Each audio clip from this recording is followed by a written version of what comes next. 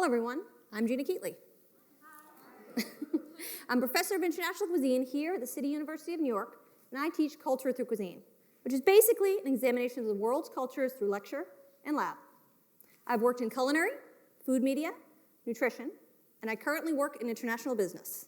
Yes, it's been a big plate's worth, but it all has one thing in common: food and, well, me. Today we're going to talk about food and you, and why the you matters so much. Your relationship and experience with food are the core elements to your food identity. It can shape your life, whether savory or sweet. Every meal is a fresh start, so let's get cooking. My definition of food identity is a mixture of behaviors, beliefs, personality traits, form and or expression that characterize a person or group and their relationship to food. According to Dr. Burt, these developments can be either internal or external. But to understand food, you can generally lead with three fundamentals. I'm broad brushing here, so no emails, please.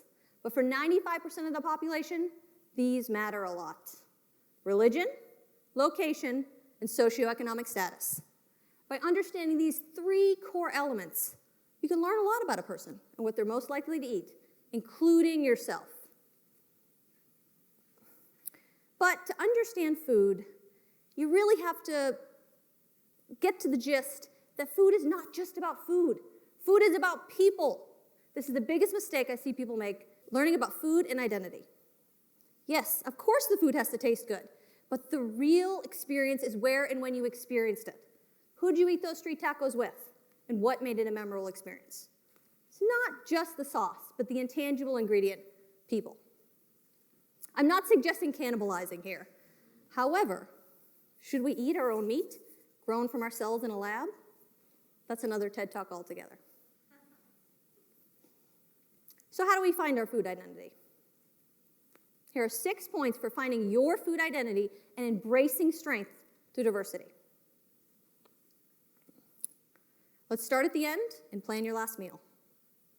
I'll always tell everyone to think about every meal like it could be their last, because one day it will be.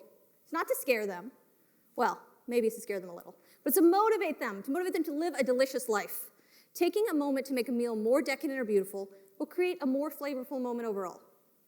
Selecting a diverse menu creates a sense of interest, not to mention fills your nutrient needs.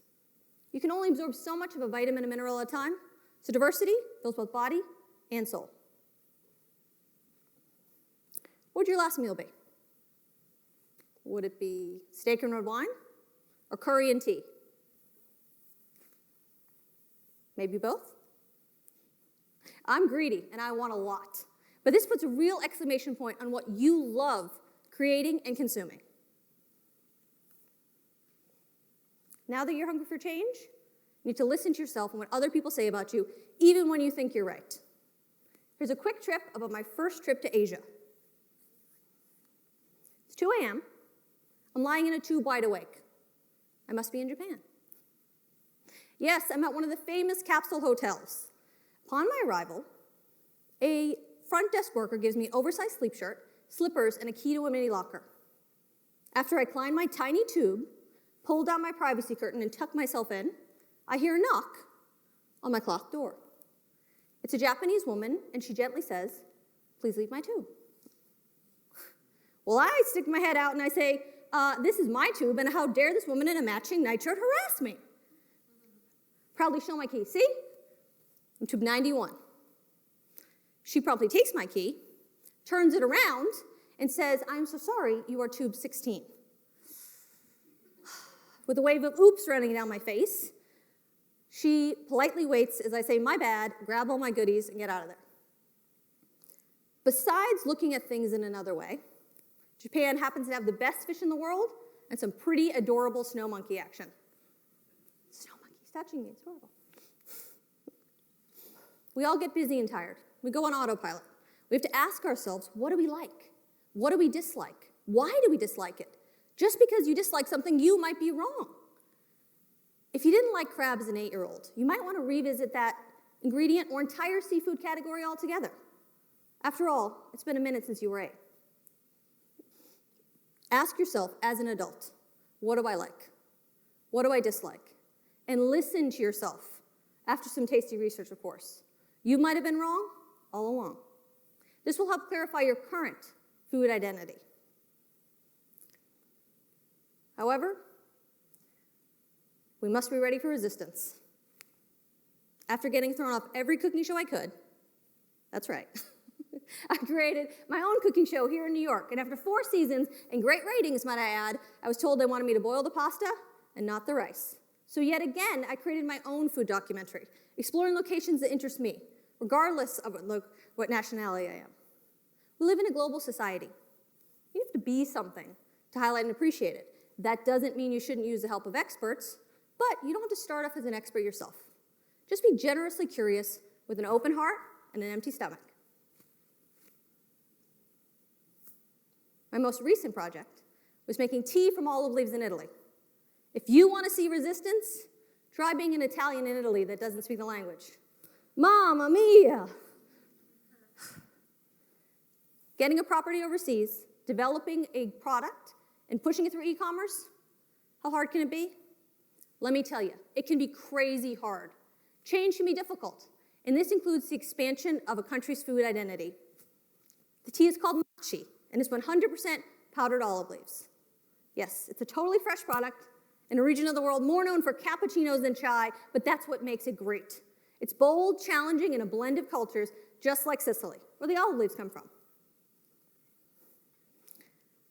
I don't speak Italian yet. I'm learning. However, I do speak food. What food language do you speak? Here's the hard part of finding your food identity. It's outrageous to believe, but not everybody's on board for our projects. Or how dare they not appreciate your cornbread or value your flambe? But the truth is, not all people love diversity. Learning new things and traditions puts you and them at risk for failure. If you know someone in your life who only eats chicken or could care less about artisan bread development in San Francisco, then you understand.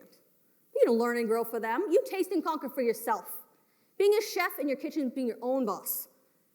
Enjoying your own praise and taking your own lumps when you disappoint yourself. The only person that can define you is yourself. You must take time to curate whom you want to be with every meal that you consume. This includes new meals to expand your food identity. Here's a creepy story about bug eating. There are few places further from anything or everything than Cambodia. The Angkor Wat complex, which is over 400 acres, wasn't seen by Westerners until the 19th century. So, after a 20-hour flight, I decided I would embrace the local transportation, a 6-hour-long bus ride across the countryside to Angkor Wat with water buffalo sightings. I made the mistake of not having a full breakfast. So after a couple hours in, I was famished. After our little bus unloaded, we were welcomed by 2-foot-deep fried bug mounds. Yes, 2-foot-deep fried bug mounds. We had several piles to choose from. Spicy spiders, instructions, only eat the legs. Garlic dusted locusts, instructions, don't eat the legs. Sweet silkworms, instructions, no legs, no worries. Yes, as a food professional, of course I've eaten bugs before, like at a Mexican resort. But these roadside treats even took me by surprise. Tried them all. Not exactly filet mignon, but outrageously sustainable and packed with protein. The locals loved showing us how to eat them and watching our expressions as we noshed and nibbled. This is why we go on travel adventures, to try new things, to eat new things, and to be new things. As a new entomologist, person who eats bugs, I can tell you, not as gross as you think. Being open to new cuisines and cultures makes you a better guest in the country you visit and expands your food identity. Food culture is constantly changing for both individuals and groups. People think being authentic means doing it traditionally all the time. Well, it doesn't. We don't have to limit ourselves, shackle ourselves, or trap ourselves in old ways. Dare I say, with the invent of food technology, fresh may not be best. You can buy hyperlocal and disturbingly international shamelessly. You can be more than one thing, and you can be more than yourself. Just because things have been done that way before doesn't mean they have to be done that way forever. Recipes are just guidelines, and I've been living my life recipe-free forever.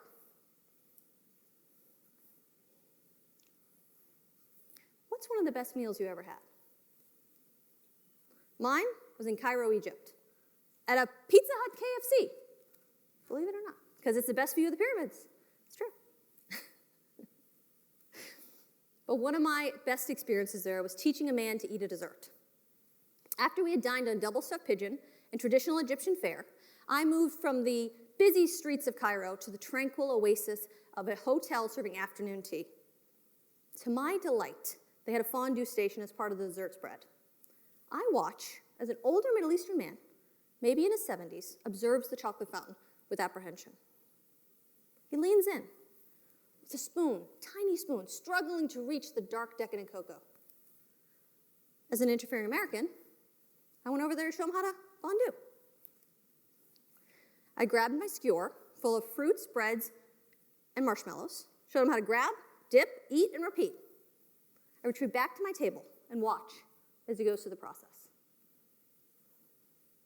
The look of pure bliss on his face when he bit into that chocolate-dipped marshmallow was priceless. Now this man's food identity includes fondue lover. Who knew? I knew. Because I know all men, young or old, rich or poor, love delicious cuisine. One of the major keys in change in food identity is joy over fear. And I leave you with my best point. Are you ready? Are you ready? Be reckless and continue the adventure. The world is huge and full of great last meals. Be open to the next course. Wander into that restaurant you had your eye on but didn't think you belonged. As an American food explorer, I've had the opportunity to follow in the footsteps of those who have explored before me. And even though it's a bit more carved out than has been in the past, it's still as wild and untamed as ever. Book that food adventure. Even if you don't speak the language, you can barely find it on a map.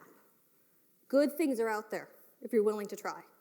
Very few people can stop you, but no one can start you but yourself. Now go eat something delicious. Tell me about it.